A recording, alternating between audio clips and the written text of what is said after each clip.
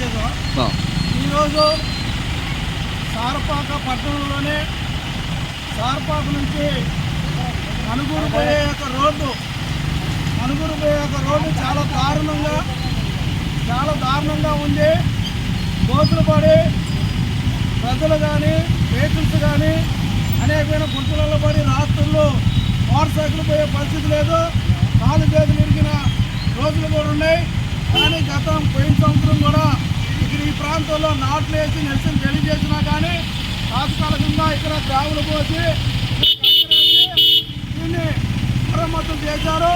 మళ్ళీ ఈ సంవత్సరం 2026లో మళ్ళీ అదే రకంగా ఇక్కడ ఈ ప్రాంతంలో ఇల్లు కూలగొట్టిన మరి ఇసుక పొడి చేసుకొచ్చి పోయటం వల్ల చాలా భయంకరమైన దోషులు పడ్డాయి.